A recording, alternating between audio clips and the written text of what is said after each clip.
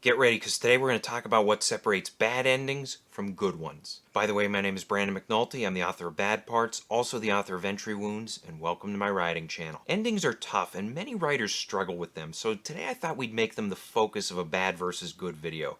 Basically what I'm going to do, we'll look at what makes good endings good, what makes bad endings bad, and we'll contrast examples of both. Now, I'll be spoiling a number of different stories today, and I'll list them on your screen right now. Also, in order to help you avoid spoilers, when I discuss an example in detail, I'll place a banner at the bottom of the screen that tells you when the spoilers will end so that you can just jump ahead to that point in the video if you want to skip the spoilers.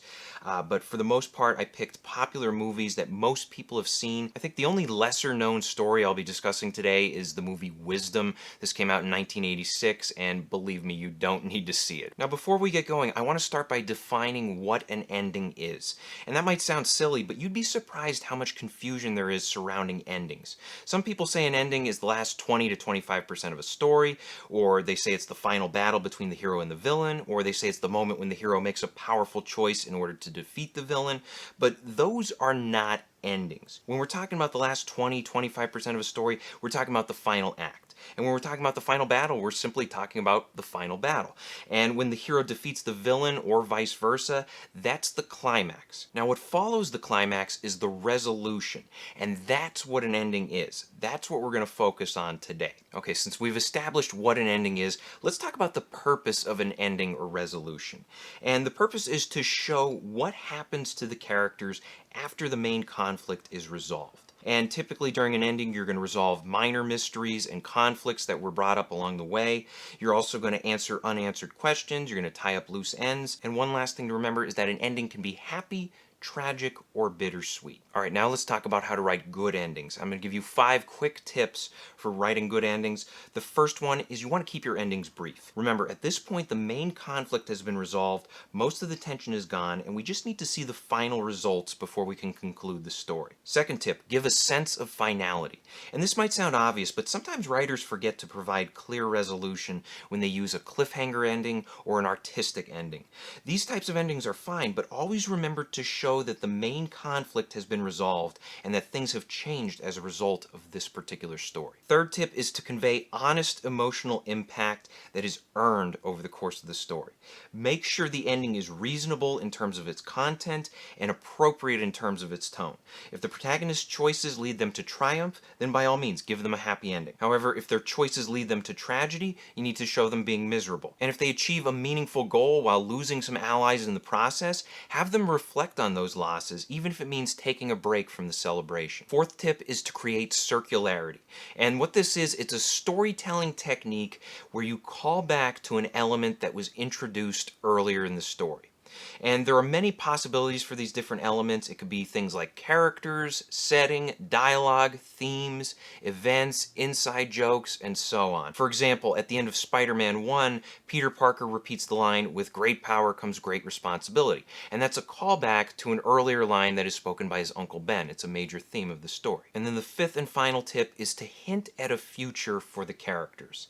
And even if you don't have a sequel planned, at least give us the ability to imagine how the hero's lives will play out after the story ends. Alright, now let's get to the fun stuff. Today I'm going to discuss 4 types of bad endings. I'm going to explain what each one is, then I'm going to give an example of a bad ending, and then I'll give a good example that does the job better. First type of bad ending is the too good to be true ending. And this is an unrealistically happy ending. It's one where the characters emerge completely victorious despite the fact that they should have faced a darker outcome and suffered some level of defeat, whether it involves death, setbacks, pain, misery, etc. These types of endings ignore the consequences of serious character choices along the way, especially if a character screws up or they make a terrible choice that sends them down the wrong path. At the end, they don't face consequences for it. And then finally, this type of ending is unearned and it feels forced by the writer. For a bad example, let's look at the 2005 movie War of the Worlds. This is Spielberg's take on the classic sci-fi novel of the same name, and basically what happens is aliens invade Earth, and then Tom Cruise has to take his 2 kids to their mother, who's living hundreds of miles away in Boston. Cruz and his young daughter stick together for the most part, but at one point his teenage son Robbie, who hates his father almost as much as he hates the aliens, he joins the military in a suicide mission against the invaders. Eventually Cruz and his daughter reach Boston, and there the aliens start dying because their immune systems can't handle the Earth's bacteria. Now many audiences were underwhelmed by this revelation, but the real problem with the ending comes when the family gets reunited. And despite all the widespread destruction and evacuations, the mother and grandparents are alive and well, and on top of it all, things get completely ridiculous when Robbie appears. And that's right, the kid who chose to abandon his family and essentially throw his life away, he miraculously survives everything and gets a big hug at the end. So this one sucks because there's a completely unrealistic outcome. The hero, the kids, his ex-wife, his parents, they all survive, they all get reunited, while countless others are annihilated in an otherwise dark movie. And what makes it worse is that Robbie is not punished for his recklessness and hatred. Usually when a character abandons their family or joins a cause out of hatred, we expect the character to be punished in some way. Here it's not, and it's a sugary sweet outcome that clashes with the film's dark, gritty tone. Now for a good example, let's look at the first Rocky movie. This is of course a story about a club boxer who gets a golden opportunity to fight the heavyweight champion of the world. The odds are stacked against Rocky when he steps into the ring, but he manages to battle Apollo Creed for 15 rounds before the match ends at the bell. Then we get our ending, and it's not the typical Hollywood ending that we would expect. Instead, Creed wins the match by decision, and Rocky takes solace in the fact that he went the distance against the champ. He ignores all the interviewers, he yells out to his girlfriend Adrian, and they profess their love to each other at the end of the movie. And this ending works because it's honest. Rocky gets the opportunity of a lifetime, and he loses. And that's important because the movie asks us to suspend our disbelief about many things. We're supposed to buy the idea that a bum like Rocky can get this golden opportunity. Then we're also supposed to believe that he can contend with the heavyweight champ for 15 rounds. And then at the end, the fact that he loses, that adds some much-needed realism to the story. The ending also works because it challenges the audience to look deeper. It's not simply a movie about winning. It's about falling down and picking yourself up and learning to find self-respect. Second type of bad ending is the "it was all a dream" ending. And this is an ending that reveals that some or all of the story events didn't happen. And it's very frustrating for the audience because it's such a self-defeating ending. It invalidates the events of the story, and it signals that there are no consequences for the character's actions. And oftentimes these dream endings aren't even set up properly. Sometimes they just come out of nowhere without any hint that the story was a dream. Now for a bad example, let's take a look at the 1986 movie Wisdom. This was Emilio Estevez's directorial debut, and he also wrote and starred in this movie as well. Wisdom opens with the character of John Wisdom sitting in a bathtub. And remember this bathtub because it's going to play a major role later on. Anyway, John is a young man who struggles to find a good job after committing Grand Theft Auto and being labeled a felon. Frustrated by his place in society, John decides he'll start robbing banks and giving money to the poor like he's a modern-day Robin Hood. His girlfriend Karen agrees to help, and it's not surprising that she tags along, especially given the amazing chemistry they have together. Just listen to this dialogue exchange. Would you still love me if I was poor? You are poor, You're right. but you're rich in character and you have great boobs. So John, Karen, and her great boobs leave town to start robbing banks. But they don't actually steal money. Instead, they erase loan and mortgage records so that the poor have more time to pay their debts. Before long, our heroes become the target of law enforcement, and they attempt to flee the country until Karen and her great boobs are tragically gunned down by a police sniper. John then escapes to a football field, but he's eventually surrounded by cops. And at the climax, he gets shot after making an unwise movement with his gun. He then dies, and we're left to ponder this dramatic outcome. Until he wakes up in his parents' bathtub and we realize that the entire story was all just a dream. What a story, Mark. So this sucks because the dream ending undermines the entire plot and the impact of John's death. There are no consequences for his actions. And also, the dream ending lacks proper setup. The story never hints at the possibility that the whole scenario is imagined. Sure, the events are wacky, but the same could be said about a lot of 80s action movies. For this ending to work, you would need to play fair with the audience and show that John is an unreliable narrator, but the movie doesn't do that. And this ending also sucks because there's no meaningful resolution. A guy daydreams in a bathtub for an hour and a half. Who cares? Now for a good example, let's look at the 2019 Joker movie. This is the story of Arthur Fleck, a professional clown with mental health issues who is endlessly bullied by the society around him. Early on in the story, it's established that Arthur tends to fantasize about being in wild and unusual situations. Later on, we learn that Arthur fantasized a romantic relationship with his neighbor, and at the end of the movie, after its bloody climax, we see him meeting with a mental health specialist at Arkham Asylum. The ending calls into question the events of the story. We're left to wonder whether or not they actually happened, and the ending is left ambiguous, and audiences are left to decide whether parts of Arthur's story are true or if he dreamed the whole thing up while in the asylum. And this ending works because early on the movie establishes Arthur as an unreliable narrator. It plays fair with the audience. Right up front we see that Arthur tends to daydream, and we also learn that he has a history of mental health issues. Another reason why this ending works is because of its ambiguity. That ambiguity challenges the audience to think. Once we see the ending, we're wondering, how much of the story is real? Can we trust anything? Is the Joker in Arkham Asylum because of the story's events, or did he imagine all those events while already in the asylum? And the ending also adds depth and mystery to the story and to Joker lore in general. Third type of bad ending is the off-tone ending. This is an ending with the wrong emotional tone. Characters don't act appropriately. People are celebrating when they should be mourning, or vice versa. And oftentimes you have a situation where the characters ignore major deaths, heavy losses, or serious defeats. For a bad example, let's look at The Last Jedi.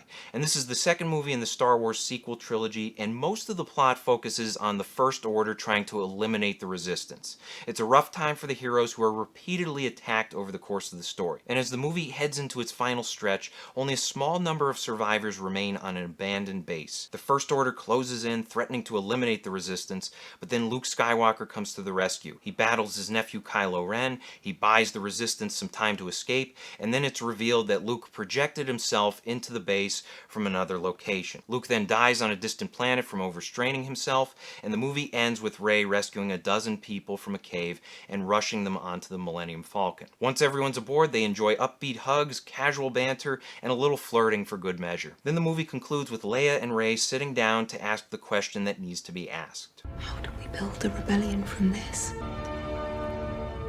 We have everything we need. This ending sucks because it has an inappropriate tone, especially considering the grim situation.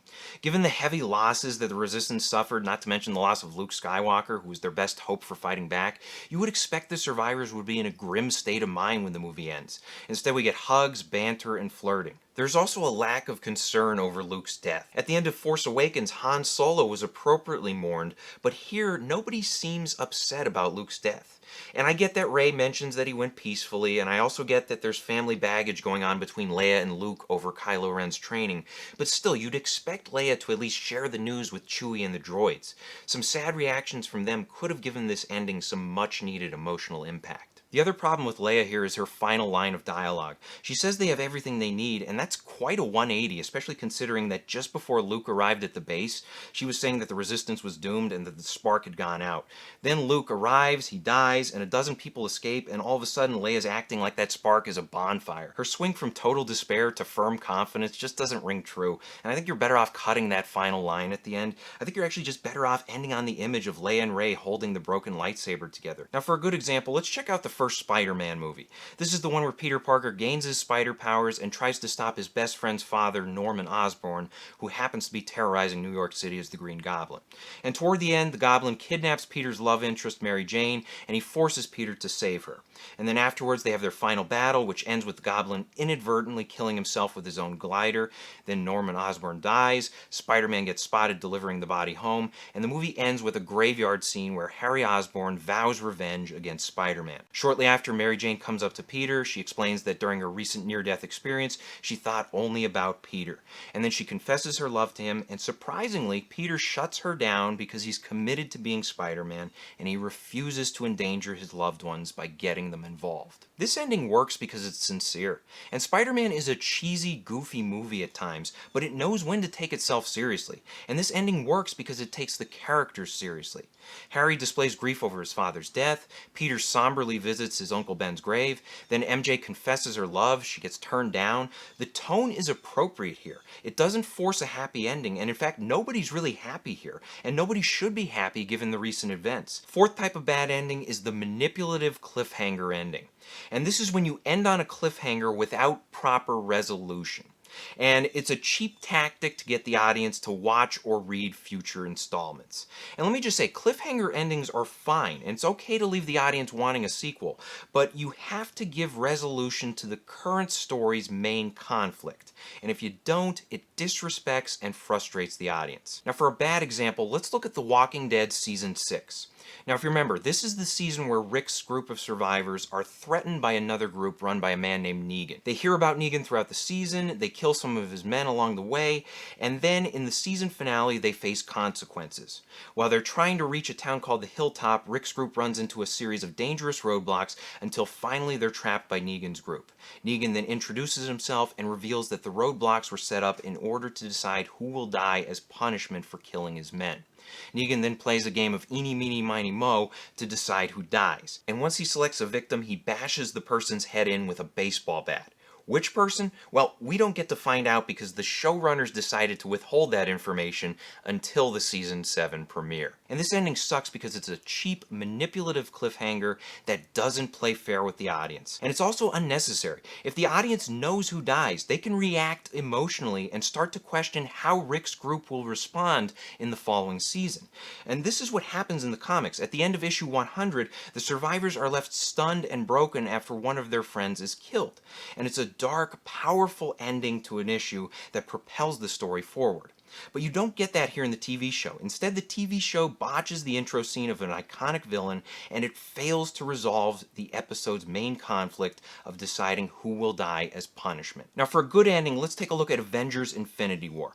As I mentioned, you can end your story on a cliffhanger, but if you're going to, make sure the story has proper resolution. Infinity War does this, and this is, of course, the story of a supervillain named Thanos who wants to eliminate half of all life from the universe.